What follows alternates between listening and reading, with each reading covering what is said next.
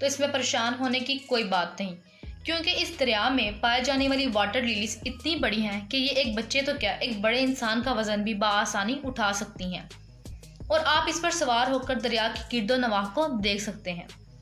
اس پودے کو queen Victoria کے نام پر نام دیا گیا، شاید اسے ایمیزون کی وکٹوریہ سمجھا جاتا ہے اور اس وجہ سے اسے وکٹوریہ ایمیزونیا کا نام دیا گیا۔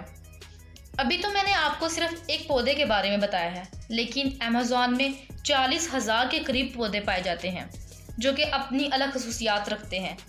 پودوں کی اتنی بڑی تعداد کی وجہ سے دنیا کی 20% آکسیجن ایمیزون سے حاصل ہوتی ہے۔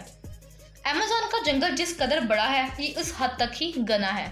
ایمیزون میں پائے جانے والے درخت اس حد تک بڑے اور گنے ہیں کہ سورج سے آنے والی روشنی ایمیزون کی زمین تک صرف 1% تک پہنچ پاتی ہے، جس کی وجہ سے ایمیزون کے زیادہ تر حصے اندھیرے میں ہیں یا پھر وہاں بہت کم روشنی موجود ہے۔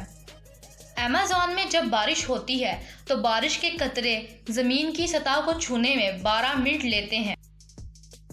ایمیزون میں ہر قسم کی مخلوق موجود ہے۔ خطرناک جنگلی جانوروں سے لے کر خوبصورت پرندے اس جنگل میں پائے جاتے ہیں۔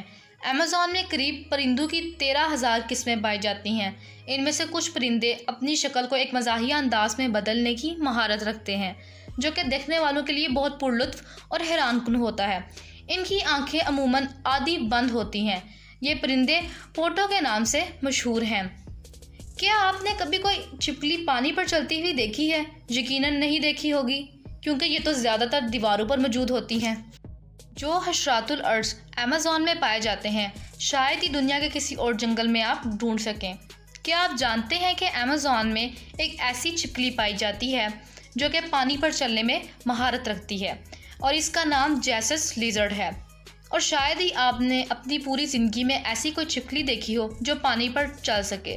یہ چھپکلی زیادہ تر اپنے شکار کو پکڑنے یا پھر خود شکار ہونے سے بچنے کے لیے پانی میں چلنے کو ترجیح دیتی ہے۔ آپ یہ جان کر ضرور حیران ہوں گے کہ ایمیزون میں ایک ایسا مینڈک پایا جاتا ہے جس کا جسم ٹرانسپیرنٹ ہوتا ہے، یعنی جس طرح ایک عام گلاس کے آر پار ہم دیکھ سکتے ہیں، اسی طرح اس فراگ یعنی مینڈک کے آر پار بھی دیکھا جا سکتا ہے۔ اس کے ٹرانسپیرنٹ ہونے کی وجہ سے اس کے جسم میں موجود اعضاء بھی صاف نظر آتے ہیں۔ عموماً یہ مینڈک سبز رنگ کا ہوتا ہے، لیکن یہ مینڈک اپنے آپ کو شکار ہونے سے بچانے کے لیے ماحول کے مطابق رنگ بدلنے میں بھی اہلیت رکھتا ہے۔ آپ سب کو کبھی نہ کبھی چیونٹی نے کاٹا ہوگا، اور یقیناً اس وجہ سے آپ اس درد سے بھی واقف ہوں گے۔ لیکن کیا آپ جانتے ہیں کہ ایمیزون میں ایک ایسی چیونٹی پائی جاتی ہے جس کے کاٹنے پر ایسے محسوس ہوتا ہے جیسے کسی نے آپ کو پسٹل سے گولی مار دی ہو؟ اسی وجہ سے اسے بلٹ آنٹ کا بھی نام دیا گیا۔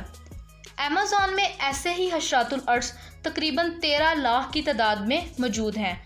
ایمیزون میں ایک ایسی مکڑی پائی جاتی ہے جو کہ انگلش میں مرڈرر یعنی کہ قاتل کے نام سے مشہور ہے۔ یوں تو عام مکڑیاں جال بنتی ہیں اور مکھیوں اور مچھروں کو اپنا شکار بناتی ہیں، لیکن یہ مکڑی جس کا نام برازیلین وانڈرنگ سپائڈر ہے، یہ نہ تو جال بنتی ہے اور نہ ہی مکھیوں مچھروں کو اپنا شکار بناتی ہے۔ اس کے برعکس یہ زمین پر چلتی ہے اور یہ اپنے سے بڑے پرندوں کو بآسانی دبوچ لیتی ہے۔ اسی وجہ سے اسے دنیا کی طاقتور اور ڈیڈلیسٹ مکڑی یعنی سپائڈر کہا گیا ہے۔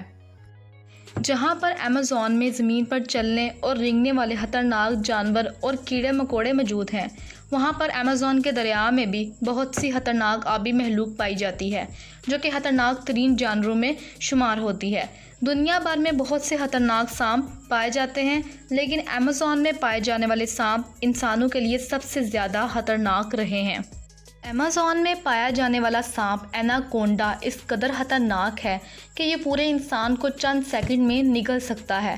اس سانپ پر امریکہ میں اب تک 3 موویز بن چکی ہیں جو کہ اسی کے نام پر بنائی گئیں۔ یہ سانپ 6 میٹر تک لمبے ہوتے ہیں اور اپنے سامنے کسی بھی جانور یا انسان کو بآسانی شکار کر سکتے ہیں۔ ایمیزون میں نہ صرف جنگلی جانور، چرند پرند اور کیڑے مکوڑے پائے جاتے ہیں، بلکہ اس میں کئی جنگلی قبائل بھی آباد ہیں۔ جس طرح ہم لوگوں میں سے 20% لوگ بمشکل ان قبیلوں کے بارے میں جانتے ہیں، ویسے ہی یہ لوگ اپنے جنگل کے باہر کی دنیا سے بالکل بے خبر ہیں۔ یہ بالکل 1000 سالہ پرانی روایات کے ساتھ زندگی گزار رہے ہیں۔ یہ میڈیا، ایجوکیشن اور آج کل کی دنیا کی ہر قسم کی ٹیکنالوجی سے کوسوں دور ہیں۔ یہ اپنی خوراک، ادویات اور لباس سب کچھ اس جنگل سے حاصل کرتے ہیں۔ یہ اس زمانے میں بھی جنگلی جانوروں کا شکار کر کے کھاتے ہیں، اور ان میں سے کچھ قبائل اس قدر خطرناک ہیں کہ یہ اپنے قبیلے سے باہر کے انسانوں کو زندہ نہیں چھوڑتے۔ جب ان قبائل سے رابطہ کرنے کی کوشش کی گئی تو بہت خطرناک حادثات پیش آئے، جس میں کئی لوگوں کی جانیں چلی گئیں۔ اس لیے برازیل کی حکومت نے ان قبیلوں کو ان کے مطابق رہنے اور دوسرے انسانوں کو ان قبائل کو تنگ نہ کرنے کا نوٹس جاری کیا۔ اب ان قبائل سے کوئی بھی رابطہ کرنے یا ان کو جنگل سے باہر آنے پر اکسانے کی کوشش نہیں کرتا، اور یہ قبائل اپنی مرضی سے زندگی گزار رہے ہیں۔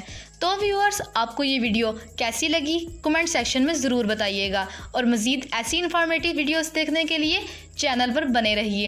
اپنا بہت سا خیال رکھیے گا۔ اللہ حافظ۔